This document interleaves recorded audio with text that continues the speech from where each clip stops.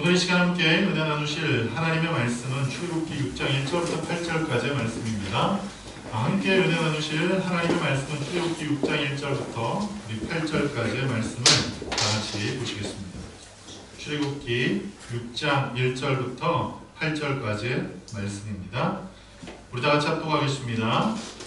야훼께서 모세에게 이르시되 이제 내가 바로에게 하는 일을 내가 늘 보이리라. 강한 손으로 말미암아 바로가 그들을 보내리라. 강한 손으로 말미암아 바로가 그들을 그 땅에서 쫓아내리라. 하나님이 모세에게 말씀하여 이르시되 나는 야훼니라. 내가 아브라함과 이삭과 야곱에게 전능의 하나님으로 나타났으나 나의 이름을 야훼로는 그들에게 알리지 아니하였고 가나안 땅 곧 그들이 거류하는 땅을 그들에게 주기로 그들과 언약하였더니 이제 애국 사람이 종으로 삼은 이스라엘 자손의 신음소리를 내가 듣고 나의 언약을 기억하노라. 그러므로 이스라엘 자손에게 말하기를 나는 야훼라. 내가 애국 사람의 무거운 짐 밑에서 너희를 빼내며 그들의 도역에서 너희를 건지며 편팔과 여러 큰 심판들로서 너희를 속량하여 너희를 내 백성으로 삼고 나는 너희의 하나님이 되리니 나는 애국 사람의 무거운 짐 밑에서 너희를 빼낸 너희 하나님 야훼인 줄을 너희가 알지라. 내가 아브라함과 이삭과 야곱에게 주기로 맹세한 땅으로 너희를 인도하고 그 땅을 너희에게 주어 기업을 삼게 하리라. 나는 야훼라 하셨다 하라. 아멘. 우리 자리에 앉으시면서 하나님께서 당신을 축복하십니다. 인사하며 자리에 앉겠습니다. 할렐루야. 하나님께서 오늘 이 시간 우리를 귀한 자리에 이끄시고 하나님 앞에 나와서 신령한 제자한 마음으로 예배 드릴 수 있는 이 놀라운 은혜를 허락하신 줄 믿습니다. 이 놀라운 은혜가 우리의 마음 가운데 믿어지고 또 감사하는 분만 이 시간 다 같이 한번 아멘 하겠습니다. 우리는 계속 올 2018년 한 해를 주님 손에 맡긴 삶, 주님 손에 붙들린 교회라는 그 주제를 가지고 성경에서 그와 같은 삶을, 그와 같은 일들을 행했던 사람들을 추적해보고 우리가 그와 같은 그 삶을 살아갔던 사람들의 삶을 본받아서 이 땅 가운데서 정말 주님 손에 나의 삶을 맡기고 그리고 주님 손에 붙들린 귀한 인생 되는 그것을 꿈꾸며 우리 성경 말씀을 통해 하나님의 은혜를 나누려고 하잖아요. 그 가운데서 지난주는 창세기를 했고 오늘은 이제 출애굽기를 나누려고 합니다. 오늘 우리가 이 말씀을 나눌 때 여러분에게 미리 말씀드리려고 하는 것은 여러분들이 이 말씀을 묵상하지 않고 이 말씀을 여러분들이 미리 숙지하지 않는다면 그냥 그런가 보다 하고 지나갈 거예요. 그런데 이 말씀을 여러분들이 묵상하고 또 묵상하고 또 묵상하신다면 이 말씀이 여러분에게는 생명이 될 것이고 이 말씀이 여러분에게는 놀라운 은혜가 되리라 생각을 합니다. 뿐만 아니라 이 말씀이 여러분의 삶의 지표가 되어서 여러분의 삶을 이끌어가는 귀한 일이 있게 될 줄 믿습니다. 특별히 이 출애굽기를 우리가 나누면서 기억할 것은 이스라엘의 역사를 통틀어서 뿐만 아니라 우리 믿음의 역사를 통틀어서 중요한 사건이 두 가지가 있는데 그 중요한 두 가지 사건 가운데 하나는 바로 예수 그리스도의 십자가의 사건입니다. 예수 그리스도께서 십자가를 지시고 죽으시고 부활하신 그 놀라운 사건, 그것이 우리에게는 너무나 귀중하고 너무나 복된 사건이죠. 그러면 또 다른 한 가지 사건이 있는데 그것이 무엇이냐면 오늘 우리가 읽은 이 출애굽기 안에 나온 출애굽 사건입니다. 많은 분들이 그런 얘기를 합니다. 이 출애굽 사건은 예수 그리스도의 구속의 사건과 비등할 만큼 아주 중요한 사건이라고 이야기를 합니다. 그래서 오늘 우리가 이 출애굽기를 나누고 이 말씀을 통해서 하나님의 은혜 가운데 구할 때 특별히 이스라엘 백성들이 왜 애굽 땅에 들어가게 되었는지 그리고 그들이 그 애굽 땅에서 어떤 과정과 방법을 통해서 나왔는지 그리고 이 출애굽기 그리고 레위기, 민수기, 신명기를 거쳐서 여호수아로 접어드는데 출애굽기 이후에 이 레위기, 민수기, 신명기는 다 출애굽기의 연장입니다. 그것이 다른 책들, 다른 내용들이 기록된 게 아니라 출애굽기의 연장선상에 있는 거예요. 그래서 창세기와 출애굽기 그리고 그 다음에 어디로 넘어가면 돼요? 여호수아로 넘어가면 돼요. 그렇다고 해서 레위기, 민수기, 신명기를 읽지 말자? 이게 아니고요. 레위기, 민수기, 신명기는 어디 부분에 속하느냐? 출애굽기 부분에 속해요. 그리고 그 이후에 출애굽 사건 이후에 놀라운 일이 일어나는데 그것은 무엇인가 하면 바로 하나님께서 약속하신 그 땅에 이스라엘 백성이 들어가는 일이죠. 자, 그러면 이스라엘 백성들이 그 약속하신 땅에 들어가는 그 과정 가운데서 그 중간 지점에 있는 이 출애굽, 이것이 얼마나 우리에게 중요한 일이고 또 왜 중요한 일인지 오늘 말씀을 통해 함께 나눠보려고 합니다. 자, 출애굽기는 주제별로 크게 고통이 있습니다. 고통. 이스라엘 백성들이 애굽에 내려가게 된 이유는 먹을 것이 없어서 애굽으로 내려가게 되지요. 그런데 그 애굽에 하나님께서 미리 예비하신 한 사람이 있었어요. 그 사람이 누군가? 바로 요셉이죠. 그 요셉을 통해서 이스라엘 백성들이 그곳에 거주할 수 있는 환경을 만들어 주었고, 출애굽기 1장, 2장을 통해서 보니까 어떤 역사가 나타났냐면 사람들이 어마어마하게 늘어나는 거예요.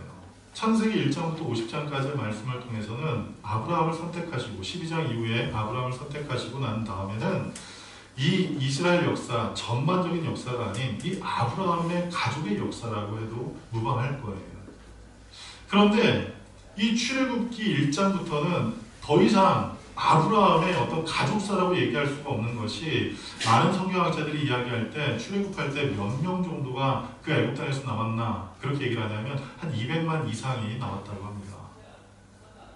아브라함 한 사람을 통해서 시작되어진 그 역사가 대략 500년, 600년쯤 지났을 때에 어떤 일이 일어납니까? 어떤 역사가 일어납니까? 수백만에 달하는 정말 하늘의 별처럼 바다의 모래처럼 하나님께서 아브라함의 자손을 번성케 하셨습니다.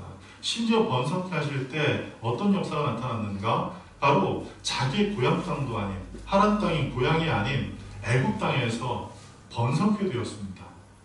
근데 그 애굽 땅에서 번성케 될 때 출애굽기 1장을 통해서 읽어보니 어떤 말씀이 나오는가 하면, 그때 당시에 세계를 제패하는 나라가 어딘가? 애굽 아니었습니까? 이집트 아니었습니까? 그런데 그 이집트가 전 세계를 세계를 지배할 만큼 강력한 권력을 갖고 있었던 그 이집트가 누구를 무서워해야 할 정도로, 이스라엘 사람들이 무서울 정도로 그 이스라엘 사람들은 그 땅에서 번성하였다는 사실이에요.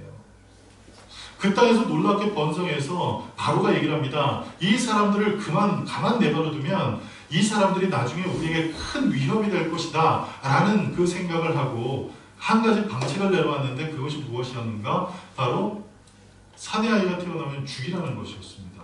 산파를 시켜서 사내 아이가 태어나면 죽이라고 했던 거예요. 그런데 그 산파들이 하나님을 두려워함으로 사내가 태어날 때 그 아이를 죽입니까? 죽이지 않습니까? 죽이지 않죠. 그리고 그 이야기를 바로가 따져 묻습니다. 왜 안 죽였니? 그렇게 물었더니 뭐라고 얘기를 합니까? 히브리 여자들은 몸이 너무나 건강해서 우리 산파가 가기 전에 이미 아이를 출산해서 그 아이를 돌려놓을 수가 없었습니다. 그렇게 이야기를 합니다.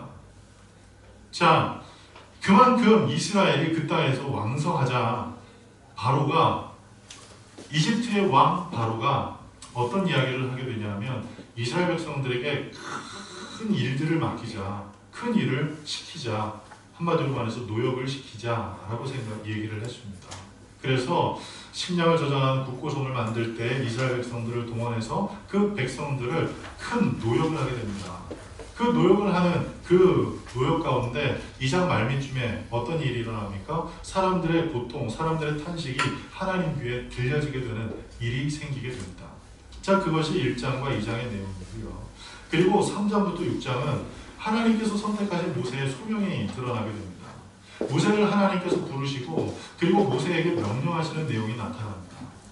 그 명령 가운데 오늘 우리가 읽은 6장 그 말씀에 오늘 요절의 말씀이죠. 오늘 요절의 말씀을 우리 다시 한번 읽어볼까요? 여러분 페이퍼를 보면 요절 말씀이 나오죠. 6장 7절 다 같이 읽겠습니다. 시작. 너희를 내 백성으로 삼고 나는 너희의 하나님이 되리니 나는 애굽 사람의 무서운 진 밑에서 너희를 빼낸 너희 하나님 야훼인 줄 너희가 알지라. 아멘. 여러분 여기에 보면 하나님께서 우리에게 두 가지를 허락하십니다. 하나는 명령이고 하나는 계약입니다. 하나님께서 우리와 계약을 맺으신과 동시에 하나님께서 우리에게 명령하고 계신다는 사실입니다. 그 명령을 누구를 통해서 이스라엘 백성들에게 알게 하셨는가? 바로 하나님께서 선택한 모세를 통해서 알게 하셨다는 사실이에요. 자, 그리고 세 번째는 어떤 일이 일어납니까? 모세를 통해서 하나님의 명령 받은 그것을 이집트의 왕, 애굽의 왕 바로에게 전했더니 바로가 귓도로 듣지도 않는 거예요. 이스라엘 백성들을 내보내라고 얘기를 했는데 사흘 길을 걸어서 우리가 하나님께서 지정하신 곳에 가서 예배를 드리겠다, 제사를 드리겠다 그렇게 얘기했는데 그 얘기를 들어주질 않는 거예요. 그래서 하나님께서 애굽에 10가지 표적을 내리십니다. 여러분, 이것이 재앙이 아니에요. 많은 분들이 10가지 재앙이라고 그렇게 얘기를 하잖아요. 그런데 결과론적으로 봤을 때는 재앙이에요. 결과론적으로 봤을 때는 재앙이에요. 그러나 하나님께서는 어떤 분이시라고 우리가 알고 있어요? 하나님은 어떤 분? 오늘 우리가 읽었잖아요. 하나님은 선하신 분이시라고. 오늘 우리가 읽은 이 본문 말씀 가운데 하나님은 선하신 분이시라고 우리가 알고 믿잖아요. 그리고 하나님은 좋으신 하나님이라고 우리가 알고 믿잖아요. 그리고 오늘 우리가 강력하게 또 찬양하지 않았습니까? 하나님의 사랑은 다 측량할 수 없을 만큼 하나님은 사랑의 하나님이라고 그렇게 알고 있잖아요. 그런데 이 이집트를 향해서, 애굽을 향해서 재앙을 내리셨다? 그게 아니에요. 여러분, 재앙과 표적은 달라요. 재앙은 진노하신 가운데 벌하시기 위해서 내리신 것, 그것이 재앙이에요. 아시겠어요? 그런데 표적은 우리가 요한복음 예전에 공부하면서 한번 얘기했던 것인데, 표적은 자연의 어떤 섭리를 거스르는 일이긴 해요. 그런데 그 일을 왜 행하느냐? 그것은 그걸 보고 깨달으라고, 그걸 보고 깨달아서 돌이키라고, 그걸 보고 깨달아서 마음을 새롭게 하라고 내리는 것, 그것이 표적이라는 거예요. 하나님께서 이 10가지의 표적을 내리신 이유는 애굽 사람들을 벌하시기 위함이 아니에요. 애굽 사람들을 징계하시기 위함이 아니에요. 그 10가지 그 표적 가운데 마지막 그 장자의 이 표적은 마치 재앙과도 같긴 합니다. 그러나 그 나머지 9가지는 애굽 사람을 포함한 이스라엘 백성들까지도 모두를 향해서 재앙이 아닌 표적으로 돌이켜라, 돌이켜라, 돌이켜라. 마치 요한계시록에 하나님께서 굳이 7대접, 7나팔, 7임 이런 그 표적을 보이실 이유가 없잖아요. 징계를 내리시려면 굳이 그럴 필요가 없잖아요. 그냥 징계를 내리시면 된단 말이에요. 환난을 내리셔서 그 징계를 하시면 된단 말이에요. 그러나 하나님께서 그런 방법을 선택하지 않고 그런 표적들을 통해서 돌이키라고 말씀하고 있는 거예요. 자, 그래서 10가지 재앙이라고 저는 그렇게 쓰지 않았고 표적이라고 썼어요. 자, 네 번째는 6월절이죠. 10번째 표적이 뭐였어요? 재앙이 뭐였어요? 그것은 장자가 죽는 거예요.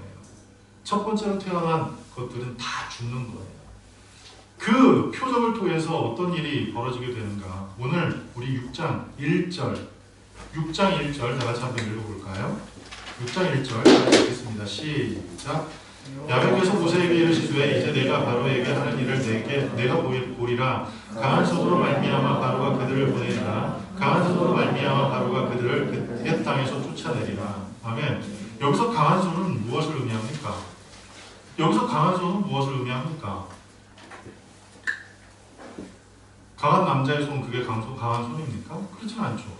여기서 얘기하는 강한 손은 무엇을 의미하느냐? 하나님의 능하신 손을 의미해요. 하나님께서 행하시는 그 일로 인해서 바로가 어때요? 내보내라고 했는데 안 내보내잖아요. 내보내라고 하는데 안 내보내잖아요. 그 표적이 임했는데도 마음이 강팍해져서 안 내보내잖아요. 그것을 9번씩이나 반복하는 그 이유는 이 백성을 내보내기 싫었던 거예요. 그런데 나중에 어떻게 된대요? 쫓아낸대요. 내보낸대요. 그 내보내는 그 사건을 위해서 하나님께서 마지막 그들에게 행하신 것이 무엇이냐? 바로 장자가 죽는 그 일이 일어났어요. 그런데 그때 애굽 사람의 장자도 다 죽고 이스라엘에 있는 유대인의 장자도 다 죽는다면 뭐 의미가 있겠어요? 그래서 하나님께서 구별할 수 있는 구별점을 주신 거예요. 구분할 수 있는 구분점을 주신 거예요. 분별할 수 있는 어떤 징표를 허락하셨는데 그것이 무엇인가 하면 하나님께서 이제 천사를 보내어서 그 10번째의 표적을 나타낼 때에 아무도 나오지 말라고 했어요. 집 밖에 아무도 나오지 말라고 하고 다 집 안에 머무르라고 하면서 어떻게 하라고 했냐 하면 문인방과 문설주에 어린 양을 잡아서 그 어린 양의 피를 발라라 그렇게 얘기를 했어요. 그 어린 양의 피를 보면 어떤 일이 일어납니까? 아, 이 집은 하나님의 말씀을 듣고 어떻게 하는 사람? 순종한 사람의 집이구나 라는 사실을 알게 돼요. 듣는 게 중요한 게 아니라 어떻게 해야 돼요? 순종하는 게 중요하지요. 피를 발라라 그 얘기를 들었다고 해서 천사가 그 얘기를 들은 사람을 건져주는 게 아니에요. 그걸 바른 사람, 그 이야기를 듣고 양을 잡아서 피를 바른 사람, 그 사람의 가족을 하나님께서 구원하셨다는 사실이에요. 그래서 이 6월절의 역사가 나타나게 되므로 이스라엘 백성들이 드디어 나오게 되는데 이 6월절이라는 것, 6월이 무슨 뜻이라고 했나요? 6월, 패스오버, 뛰어넘다, 건너가다 그런 뜻이에요. 그래서 6월절은 죽음의 신이 뛰어넘고 건너간 것, 그것을 의미합니다. 그래서 그 날을 기념하는 날이 6월절이고 이스라엘 역사 가운데서 이스라엘의 모든 절기 가운데서 가장 중요한 절기가 무엇인가 물어보면 6월절이에요. 자, 그 다음 그 백성들이 애굽에서 나와가지고 홍해 앞까지 도달하죠. 그리고 홍해 앞에서 어떤 일을 경험합니까? 하나님께서 홍해를 가르는 일을 경험하고 그리고 그들이 시내 산까지 약 2달 반에 걸쳐서 애굽에서 나온 지 2달 반에 걸쳐서 걸어서 시내산에 갑니다. 그리고 그곳에 도착해서 하나님께서 모세에게 성막과 그리고 제사를 드리는 것 그리고 제사장을 세우는 것 등등 여러 가지를 말씀하시고 그대로 합니다. 그리고 하나님의 두 돌판을 받죠. 언약이 담긴 두 돌판을 받아요. 근데 두 돌판을 받고 내려오는데 어떤 일이 벌어지게 되죠?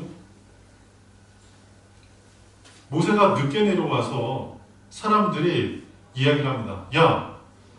우리를 애굽에서 뽑아가지고 이 광야까지 인도한 그 사람 걔 어디 간 거야? 걔 누구라더라? 걔 누구? 모세 걔 어디 간 거야? 사람들끼리 계속 물어보기 시작하는 거예요. 왜? 모세가 40일 동안 보이지 않거든요. 모세가 40일 동안 보이지 않아요. 그래서 계속해서 물어봅니다. 그렇게 물어봐도 누구 하나 시원하게 대답하는 사람이 없어가지고 어떤 일이 일어나게 되냐면 사람들이 원성이 자자하기 시작해요.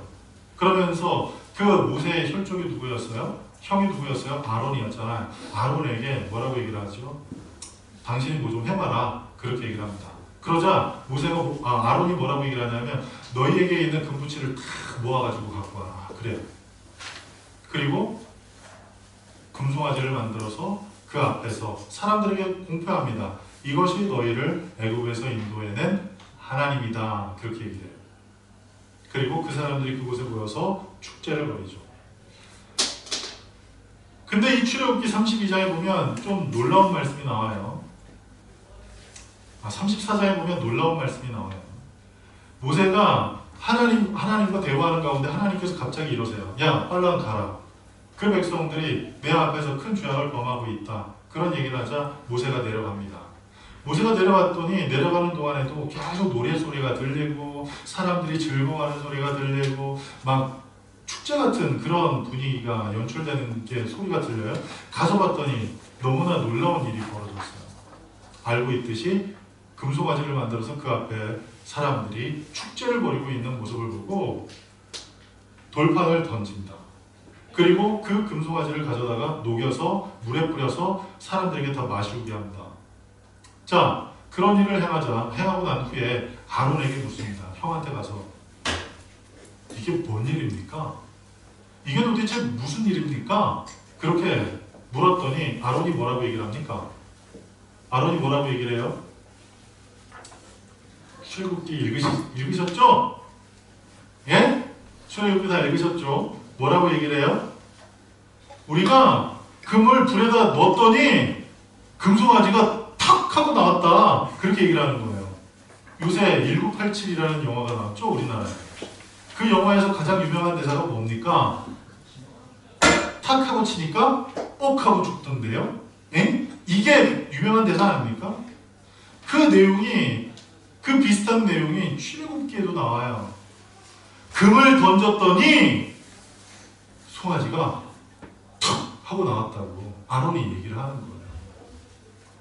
그 얘기를 듣고 모세가 기가 막혀서 하나님께 이렇게 기도했죠. 하나님, 이 백성 살려달라고, 살려달라, 그렇게 기도를 해요. 그렇게 기도를 했던 이 모세가 아론이 그 얘기를 하는 그 얘기를 듣고 백성들이 그 앞에 방자해 행하는 그 모습을 보면서 모세의 마음 가운데 거룩한 분노가 일어나게 된 거예요. 그래가지고 사람들을 따로 세웠어요.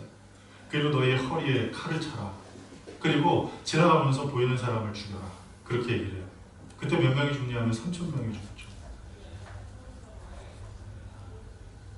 그리고 난 후에 35장부터 40장까지 성막을 통해서 하나님 앞에 제사 드리는 일을 통해서 하나님께 영광을 돌리는 모습이 나타납니다.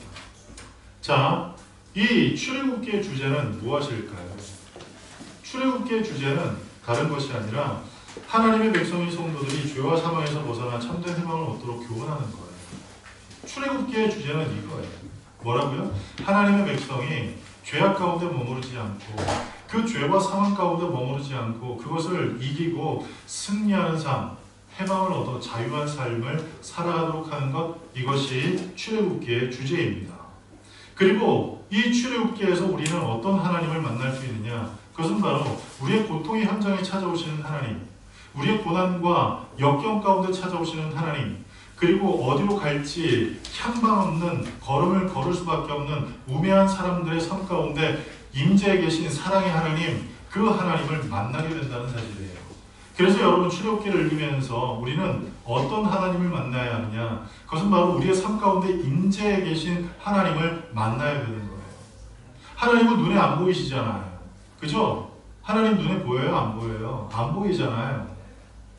그래서 오늘 여러분들이 출애굽기를 계속 읽다 보면 하나님께서 나중에 회막 가운데 30장 넘어가서 34장 넘어가서 35장쯤부터는 하나님께서 영광 가운데 회막에 이렇게 임재해 계실 때에 누가 거기로 들어갑니까? 모세가 들어가요. 모세가 들어가서 어떻게 한다고요? 친구와 이야기하듯 하나님께서 모세와 이야기를 하십니다. 심지어 하나님께서 모세에게 그렇게 얘기를 합니다. 너 내일 이맘때쯤에 어디 가서 서 있어. 그때 내가 너를 만나줄게. 내가 너에게 보여줄게. 내가 어떤 분인지를 내가 알도록 내가 보여줄게. 그렇게 얘기를 해요. 그래서 모세가 시키는 대로 지정한 곳에 가 있었어요. 그때 하나님께서 모세를 사랑하셔가지고 한 가지 행하신 게 있는데, 그것은 뭐냐면 모세의 눈을 가려주셨죠. 하나님께서 정면으로 지나가실 때는 모세의 눈을 가리시고, 하나님께서 거진다 지나가실 때 손을 딱 떼고 모세가 뭘 봐요? 하나님의 등을 보게 만드시는 일을 했죠. 자, 그 일 말고는 이스라엘 백성들이 하나님을 본 적이 없단 말이에요. 하나님이 어떤 분이신지를 본 적이 없어요. 그런데 이 출애굽기를 통해서 우리는 무엇을 알고 무엇을 믿어야 하는가? 비록 보이지 않지만 그 전능하신 하나님께서 우리의 삶 가운데 임재하신 그 하나님이 우리의 길을 인도하신다는 사실을 우리 모두는 알고 믿어야 합니다. 그 내용이 좀 이따 나와요. 그래서 이 출애굽기는 어떤 하나님을 만나야 해요? 우리의 삶 속에 임재해 계신 하나님을 만나야 합니다. 여러분에게 묻습니다. 하나님은 어디 계십니까? 하나님은 어디 계십니까? 이러한 질문은 끊임없이 그리고 수없이 교회에서 그리고 많은 사람들에게 묻는 질문이죠. 그 질문 가운데 우리가 대답할 수 있는 정확한 대답은 예수님께서 우리에게 가르쳐 주셨어요. 그게 뭐냐면 하나님은 여기 있다 저기 있다 할 게 아닌 내 안에 계신다고 합니다. 아멘? 하나님은 우리의 삶 가운데 임재해 계신 좋으신 하나님인 줄 여러분 믿으시기 바랍니다. 하나님은 멀리 계신 하나님이 아닌, 하나님은 나와 동떨어진 곳에 계신 하나님, 그 하나님이 아닌, 그리고 하나님은 나의 하나님이 아니라 이스라엘의 하나님이 라고 생각하는 그 모든 것을 버리고 우리 모두가 이 출애굽기를 통해서 알아야 할 것은 하나님은 지금 내 삶의 현장에, 비록 내 삶의 현장에 고통이 있다 하더라도, 비록 지금 내 삶의 현장에 죄악이 있다 하더라도, 비록 내 삶의 현장에 여러 가지 탄식과 슬픔과 괴로움과 질병과 낙심이 있다 하더라도 하나님께서 그 삶의 현장에 임재해 계신다는 사실을 믿으시길 간절히 바랍니다. 그리고 세 번째로 출애굽기를 통해서 신묘막측하신 하나님의 사랑과 섬세함, 그리고 그 일을 통해서 우리에게 신정국가가 뭐예요? 하나님께서 다스리시는 국가를 만들어가는 과정을 우리 모두가 발견해낼 수 있어야 돼요. 창세기까지는 하나의 부족의 역사였어요. 부족. 누구의 부족? 아브라함의 부족의 역사였어요. 그런데 그 아브라함의 부족의 역사였던 이것이 이제는 나라의 역사가 되는데, 민족의 역사가 되는데, 국가의 역사가 되는데 그 과정을 기록하는 것이 무엇인가? 바로 출애굽기고, 그 국가를 형성할 때 다른 나라들은 큰 힘을 가진 장수가 혹은 큰 지혜를 가진 어떤 사람들이 많은 사람들을 이끌고 혹은 많은 사람들을 동원해서 정복해서 나라를 만드는 어떤 이런 패러다임이라고 한다면, 이스라엘은 그런 게 아니라 아무것도 할 수 없는, 그리고 아무것도 아닌 그 사람들을 하나님께서 번성하게 하심으로 이방 땅에서라도 번성케 하시고, 그 번성하는 그 과정 가운데서 하나님께서 그들에게 법을 주시고, 그리고 그 백성들에게 하나님, 왕이신 하나님을 섬기는 방법을 알려주시고, 그리고 그 공동체 안에서 사람들이 어떻게 살아야 할지를 가르쳐주시는 그 일을 통해서 하나님께서 이 신정국가를 이루어가는 그 모든 과정을 이 출애굽에 기록하고 있다는 사실이에요. 그래서 우리가 이 출애굽기를 그냥 1장부터 19장까지는, 20장까지는 그냥 읽어요. 왜요? 재밌거든요. 그냥 어떤 여러 가지 그 사고들이 많이 일어나고 이바들이 있어가지고, 그리고 또 우리가 많이 알고 있는 내용이 나와서 출애굽기 1장부터 20장까지는 정말 재밌게 읽어요. 그러다가 갑자기 24장 이후부터는 출애굽기가 조금씩 어려워지기 시작하고, 그리고 40장까지 쭉 읽어나갈 때는 이게 쭉 안 돼요. 가다가 멈칫, 그 멈칫하게 된단 말이에요. 그런데 정말 중요한 것은 1장부터 20장까지 그 말씀도 물론 중요하지만, 19장까지의 말씀도 물론 중요하지만 20장 이후부터 나오는 그 말씀이 더 중요하다는 사실이에요. 우리에게 더 중요하다는 사실이에요.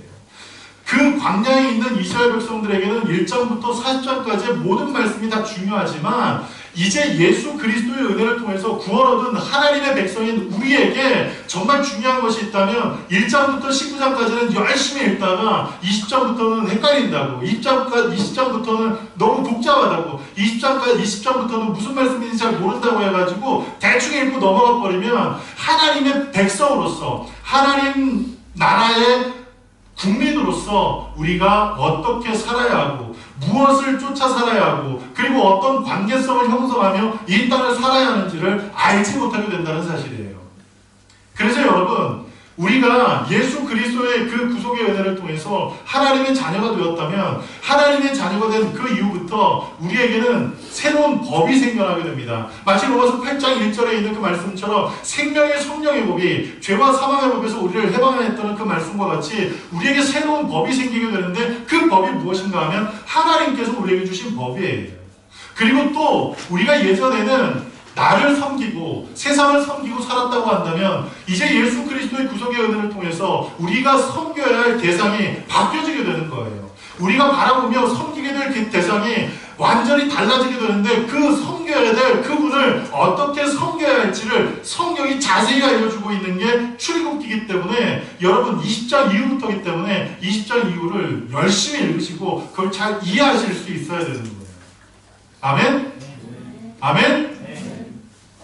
자, 그래서 신정국가를 만드시는 그 하나님의 놀라우신 은혜, 놀라우신 그 축복이 이 20장 이후부터 나타나게 되지요. 자, 출애굽기의 특징을 한번 보면, 출애굽기는 걸어 나온다는 뜻을 갖고 있어요. 어디서 걸어 나와요?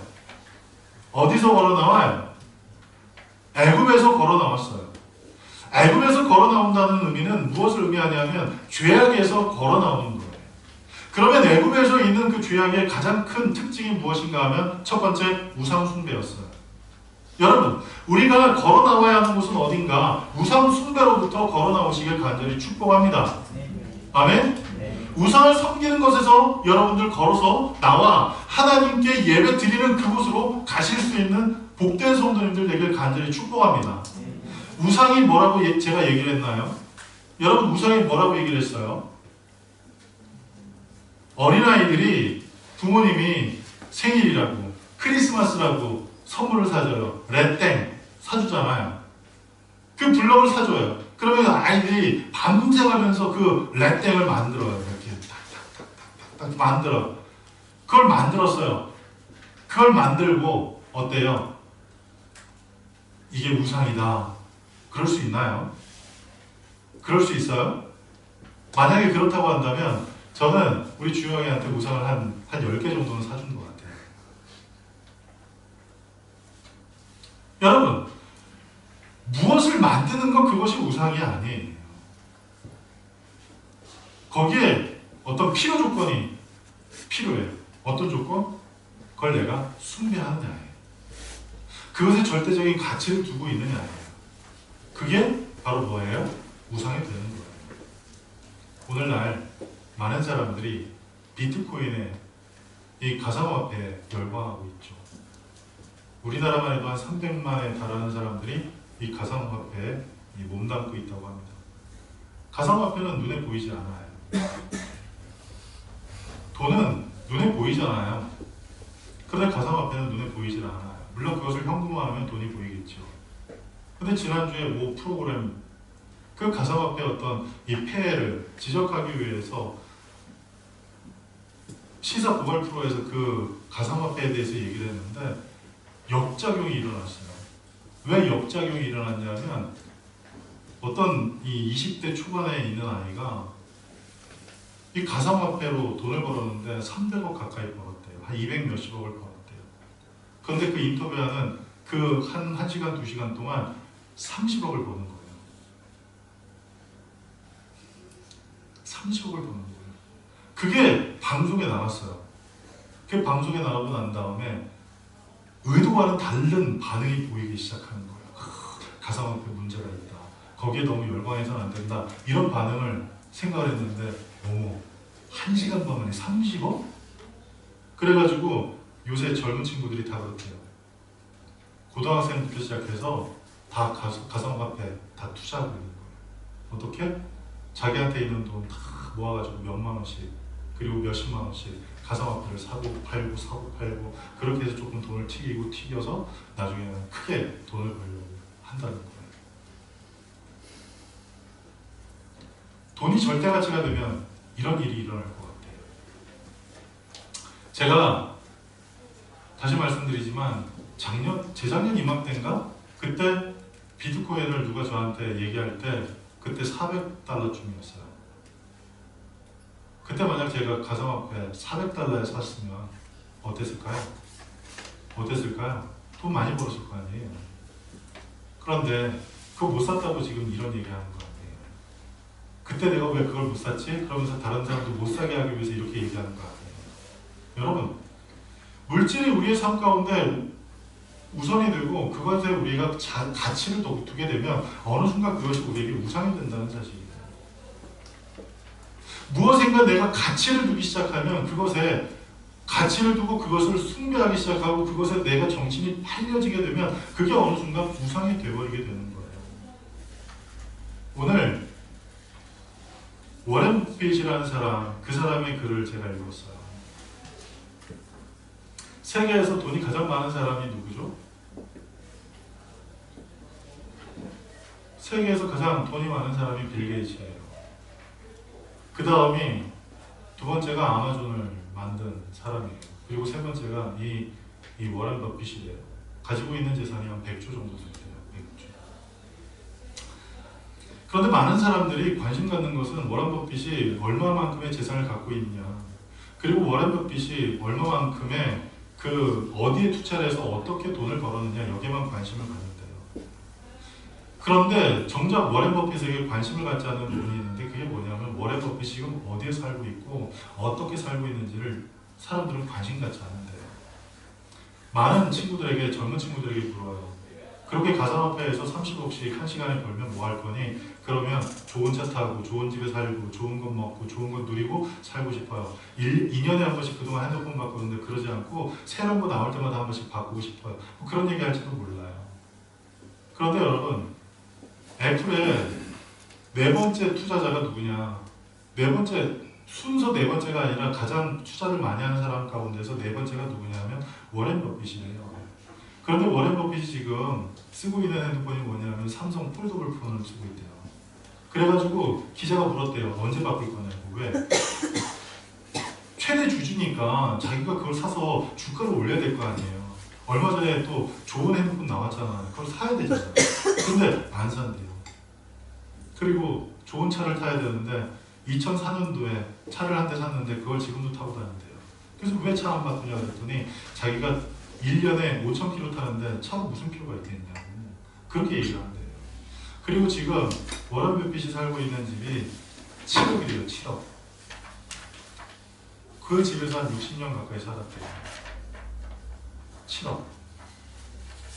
7억이면 어디 강남의 집도 못 사요. 10조 있는 사람이 그렇게 살아요. 여러분, 그러면서 워런 버핏이 지금 최대 관심을 갖고 있는 게 뭔지 아시죠? 그죠? 빌 게이츠 재단에 계속 기부하고 있는 거예요. 몇십 조씩 기부하고 있어요. 여러분, 물질에 우리가 가치를 두고 물질에 모든 정신을 팔려 살면 그것이 우리의 삶 가운데 우상이 되게 되는 거예요.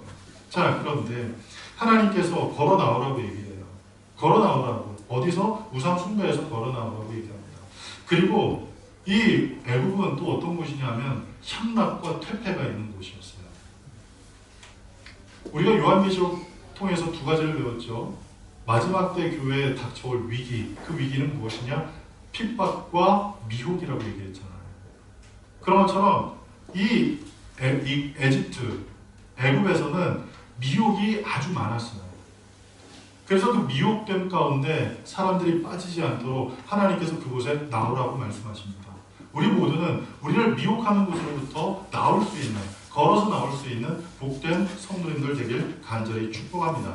자, 그런 가운데서 이 출애굽의 의의는 무엇일까? 그것은 무엇이냐면 6월절 사건을 통해서 다 같이 읽어볼까요? 출애굽기 의의 첫 번째 시작. 6월절 사건을 통해 구속하신 하나님의 신실하심이 드러납니다. 아멘. 하나님의 신실하심이 드러나요. 구속하시는 하나님의 신실하심이 드러나요. 창세기 15장 13절부터 14절 하나님께서 이 땅을 너희에게 아브라함에게 준다고 얘기를 했잖아요. 엘리에셀이 나의 후손입니다. 그 사람밖에 나에게는 없습니다. 할 때 하나님께서 어떻게 하셨대요? 지난주에 얘기했죠? 아브라함에게 하늘의 별을 보라고 땅에 모래를 보라고 그리고 네가 보는 그 모든 땅을 내가 너에게 줄 것이라고 그렇게 말씀하셨다고 했잖아요. 그 약속의 말씀을 이루는 그 과정에서 어떤 일을 해요? 오늘 6월절 사건을 기점으로 해서 하나님의 약속이 성취되는 과정이 보여지게 됩니다. 두 번째, 다 같이 읽습니다. 시작. 아멘. 자, 말씀드렸듯 레위기, 민수기, 신명기 이 네 책은 이 세 가지의 책은 출애굽기와 다 연결이 됩니다. 출애굽기 그 이상을 뛰어넘지 않아요. 다 출애굽기 안에 있는 내용, 그 내용이에요. 자, 세 번째 시작. 아멘. 하나님의 사랑을 보여주고 있죠. 제사, 하나님 앞에 제사 드리는 일을 통해서 하나님의 사랑을 보여준대요. 이 제사는 왜 드려요? 여러분 제사 왜 드려요? 제사를 드리는 이유는 다른 건 아니에요. 우리에게 있는 그 모든 죄악을 속량하시기 위한 하나님의 방법, 그것이 무엇입니까? 제사예요. 그 제사를 통해서 하나님께서 원하시는 것은 너희가 갖고 있는 죄책을 버리고 너희가 갖고 있는 그 죄악의 무거운 짐을 버리고 하나님 앞에 기쁨으로 나와라. 하나님 앞에 가벼운 모습으로 나와라. 그런 하나님의 사랑이 이 제사법 안에 담겨져 있는 거예요. 자, 출애굽기의 주요 사건은 넘어갑니다. 이미 다 설명을 했기 때문에 넘어가요. 자, 그러면 정말 중요한 내용. 출애굽기를 통해서 우리들이 만나게 되는 것은 첫 번째, 다 같이 했습니다. 시작. 아멘. 하나님께서는 하나님의 일을 위해서 사람들을 선택하세요. 자, 하나님께서 선택하시는 사람들이 누굴까요? 잘난 사람들, 왕족들 맞나요? 아니에요. 하나님께서 선택하시는 사람들은 오늘 여러분 모두를 포함하는 줄 믿으시기 바랍니다. 여러분 모두를 하나님께서 선택하셨어요. 내가 너를 선택하여 지명하였고 불렀다 말씀하십니다. 이것이 이사야서에 나오잖아요. 우리를 선택하셨어요. 단지 모세와 같이 민족의 지도자로 세우지 않았을 뿐이지. 또 압니까? 여기서 민족의 지도자가 나올지. 그쵸? 그쵸? 여기서 또 민족의 지도자가 나올지 또 누가 압니까? 아무도 몰라요. 모세가 민족의 지도자가 될지 누가 알았겠어요? 몰랐어요. 그런데 하나님께서 그를 선택해서 지도자로 세우신 거예요. 여러분, 하나님께서는 하나님의 일을 위해서 사람을 선택하셨다고 할 때 특별한 사람만 선택하시는구나 이렇게 생각해서는 안 돼요. 하나님은 나를 선택하셨다라고 믿으시기 바랍니다. 그리고 나를 선택하셔서 나의 삶의 영역에서 하나님의 일을 지금 이루어 가신다고 여러분 믿으시기 바랍니다. 내가 살아가는 그 과정 가운데서 하나님의 그 선택과 그리고 하나님의 일하심을 통해서 오늘 하루의 삶 속에 하나님의 일들이 이루어지고 있다는 사실을 우리 모두는 알아야 할 것입니다. 자, 왜 그것이 중요한가를 보겠습니다. 두 번째, 다 같이 읽겠습니다. 시작. 아니요. 영적인. 자, 두 번째 영적 시작. 아멘. 출애굽기 17장에는 이스라엘이 애굽에서 나와가지고 첫 번째 맞이하는 싸움의 장면이 나와요. 아멜렉이라는 사람들이 아무 밑도 끝도 없이 와가지고 이스라엘에게 전쟁을 선포합니다. 그럴 때 이스라엘은 군사가 없었어요. 포로가 무슨 군사가 있어요. 포로된 땅에서 이제 갓 해방되어서 걸어나온 그 사람들, 광야길 걸어나온 그 사람들이 무슨 군대가 있었겠어요. 군대가 없는 그 이스라엘 백성들에게 아멜렉이 들어왔을 때 그 아멜렉과 싸워서 이길 수 있는 방법은 제로예요. 제로. 승산이 없는 싸움이었어요. 그런데 그 승산 없는 싸움 가운데 하나님께서 선택하신 방법은 무엇이었는가 하면 하나님께서 모세를 높은 산에 올라가게 하시고 그리고 그 백성들을 여호수아를 통해 이끌게 하셨어요. 그래서 여호수아가 이끄는 그 백성들이 나가서 싸우고 모세는 무엇을 했냐 하면 산 위에 올라가서 손을 듭니다. 그리고 하나님 앞에 기도합니다. 하나님 앞에 기도할 때 이스라엘 백성들이 이겨요. 손을 들고 기도할 때 이스라엘 백성들이 아말렉과 싸워서 이겨요. 정규 군인도 아니고 어떤 병기도 없는 이스라엘 백성들이 단지 모세가 손을 들어 기도할 때 이겼다는 사실이에요. 그런데 사람이에요. 누가? 모세가 사람이잖아요. 계속 손을 들고 있을 수가 없어서 손을 내려요. 피곤해서. 힘들어서 손을 내려요. 그러면 전쟁에 새가 갑자기 확 기울어서 이스라엘이 밀리게 됩니다. 그게 몇 번 반복되자 모세가 알았어요. 내가 손을 내리면 안 되겠구나. 손을 안 내리려고 아무리 노력을 해도 이 손이 내려가지는 거예요. 모세의 나이가 몇 살? 80살. 손이 내려가는 거예요. 손이 내려가는 거예요. 어떻게 해요? 어떻게 하면 좋을까요? 어떻게 하면 좋을까요? 그때 하나님께서 하나님이 선택한 사람들을 세우세요. 그 사람이 누구예요? 아론과 훌이에요. 훌이 누군지 아세요, 여러분? 몰라요. 저도 잘 몰라요. 갑자기 튀어나왔어요.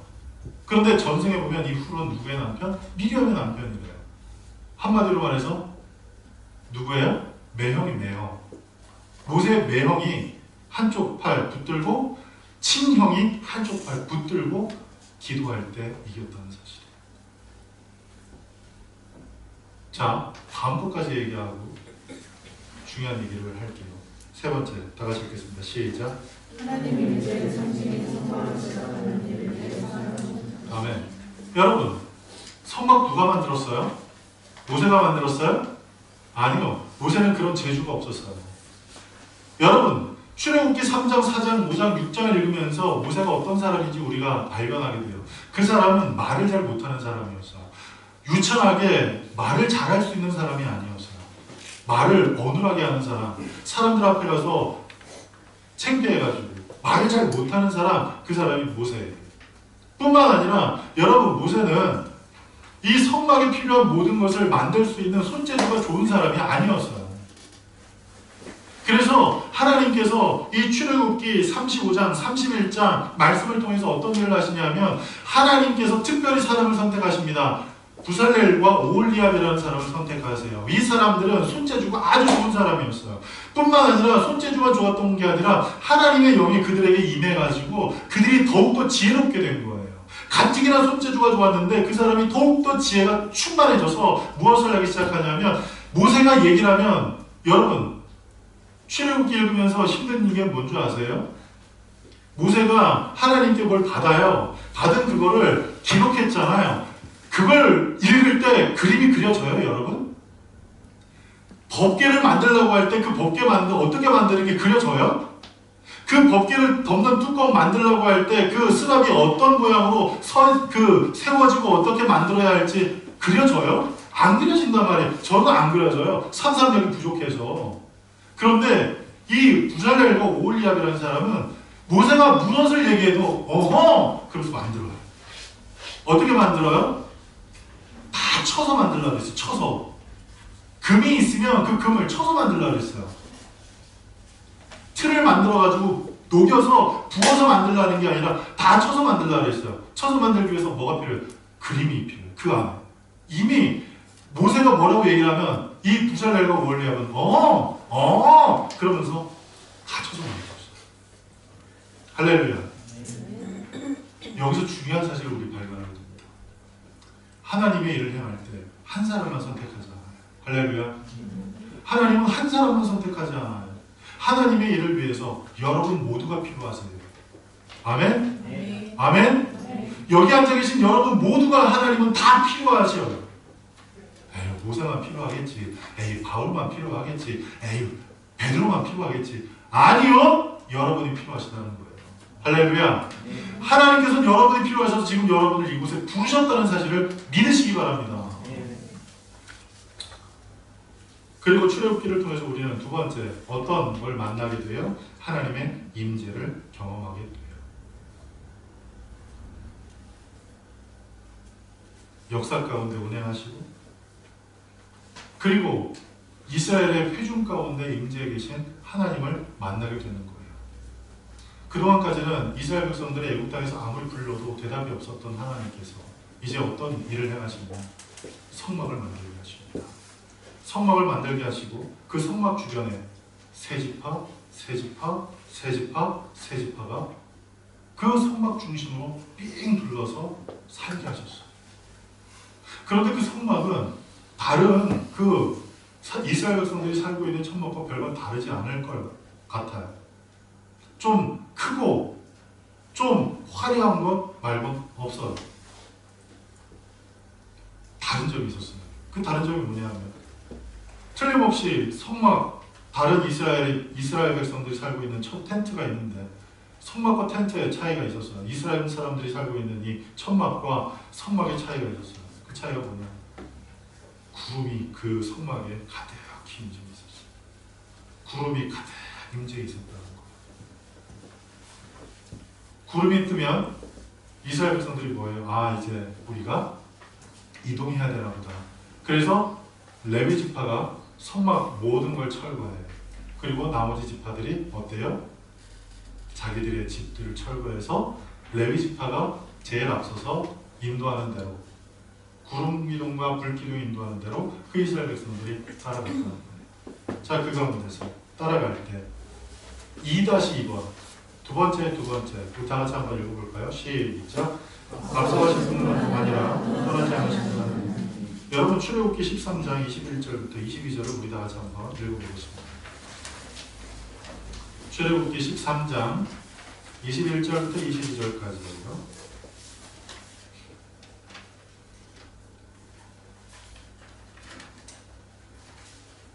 출애굽기 13장 21절부터 22절 시작. 여호와께서 그들 앞에서 나서시며 그들을 구름 기둥으로 그들을 이끌어주시고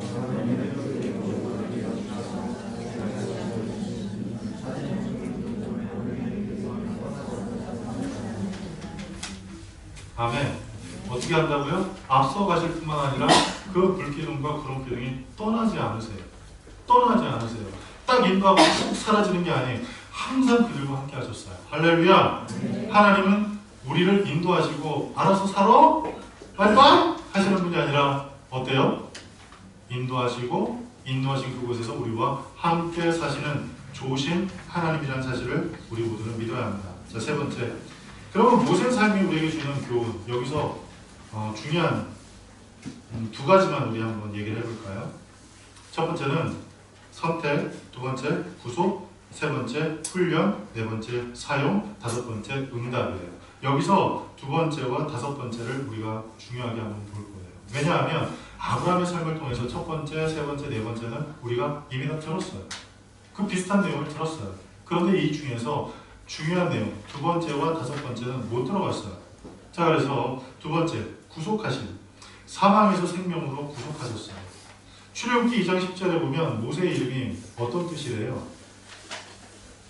모세의 이름이 어떤 뜻이에요? 모르면 출애굽기 2장 10절을 읽는 거예요. 다 같이 읽겠습니다. 시작! 그 아이가 자라매 바로의 딸들에게로 데려가니 그가 그의 아들이 되니라. 그가 그의 이름을 모세라 하여 이르되 이는 내가 그를 물에서 건져내었음이라 하였더라. 아멘. 건져내었다. 어디서부터? 물에서 건져내었다. 그래서 그 이름이 모세예요. 모세. 알겠어요? 모세라는 그 이름의 뜻은 구원을 받았다는 뜻이에요. 하나님의 사람으로 하나님의 일을 감당하며 이 땅 가운데 살길 원하십니까? 그러면 하나님께 선택되어진, 그리고 주님 손에 우리의 삶을 맡기고 주님 손에 붙들린 삶을 살기 위해서 제일 첫 번째로 중요한 것이 있는데 그게 뭐냐면 구속하심입니다. 구속하심. 구속이라는 게 뭐예요? 살려주시는 은혜를 경험한 사람이 하나님의 자녀이고 하나님의 백성이고 그들을 통해서 하나님의 일을 행하신다는 사실을 여러분 믿으시기 바랍니다. 그래서 우리에게 필요한 것은 무엇이냐? 구속이 필요해요. 오늘날 우리는 구속이 필요하다 그래서 다 같이 물에 들어갈 필요는 없어요. 예수 그리스도를 통해서 이미 우리는 구속을 받았습니다. 아멘. 예수 그리스도를 통해서 이미 우리는 구속함을 받았어요. 죄로부터 구속함을 받아서 사망에서 생명으로 옮겨진 사람이에요. 그래서 골로새서 요한복음 5장 24절에 보니까 사망에서 생명으로 우리를 옮기시는 내용이 나와요. 요한복음 5장 24절을 우리 다 같이 읽어보겠습니다. 요한복음 5장 24절이에요. 다 같이 읽겠습니다. 시작! 내가 진실로 진실로 너희에게 이르노니 내 말을 듣고 또 나를 보내신 이를 믿는 자는 영생을 얻었고 심판에 이르지 아니하나니 사망에서 생명으로 옮겼느니라. 아멘. 예수님을 믿는 일을 통해서 사망에서 생명으로 옮겨진 사람들, 그 사람이 바로 저와 여러분이라는 사실이에요. 그러면 우리는 그 퀄리피케이션을 통과했어요. 그게 뭐예요? 모세를 선택하셔서 그를 사용하기 위해서 그를 어떻게 하셨다고요? 구속하신 그 일로 모세를 사용하셨잖아요. 이미 우리는 이 한 가지 통과해야 될 그 과정을 거쳤어요. 예수 그리스도를 통해서. 할렐루야. 자, 그리고 그런 그 과정을 거친 사람에게 하나님께서 주시는 축복이 있는데 그것은 무엇이냐면 5번 응답하심이에요. 하나님께서 모세와 이야기를 하세요. 하나님께서 모세와 이야기를 하세요.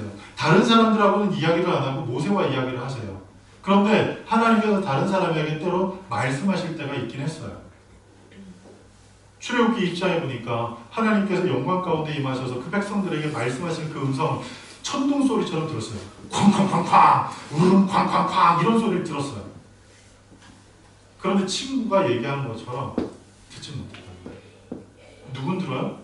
모세는 들었어요. 여러분, 모세만 들어요? 모세만 듣습니까? 모세만 그렇게 들어요? 우리도 또한 하나님께서 말씀하시는 것을 듣게 될 줄 믿습니다. 할렐루야. 하나님께서 말씀하신 그 모든 게 어디에 기록되어 있나요? 성경에 기록되어 있어요. 성경 그 외에 다른 것을 들으려고 해서는 안 돼요. 아시겠죠? 성경이 이미 다 기록되었다면 이 성경 말씀을 잘 묵상하고 그 말씀을 잘 읽으면 우리도 모세와 같이 친구처럼 하나님의 음성을 들을 수 있게 된다는 사실이에요. 아멘. 아멘. 그래서 여러분 먼 데서 찾지 말고 가까운 데서 찾으십시오. 아시겠어요? 요새는 성경책이 어디도 있어요? 내 손 안에 있어요. 어떻게? 스마트폰 안에 있잖아요. 교회 올 때 성경책은 안 갖고 가도 스마트폰은 꼭 갖고 오잖아요. 오늘 오실 때 스마트폰 안 갖고 오신 분 손 들어보세요. 스마트폰 안 갖고 오신 분 손 들어보세요. 아, 나는 하나님 앞에 예배 드리는데 집중이 반해야 돼서 난 스마트폰 안 갖고 가. 그래서 안 갖고 오신 분 한번 손 들어보세요. 난 스마트폰 안 갖고 왔어. 우리 꼬마 친구들 빼고 부모님이 아직 안 사줬을 것 같아요. 네. 여러분, 스마트폰 안 갖고 온 분 한 분도 없죠. 스마트폰은 밥보다 중요합니다.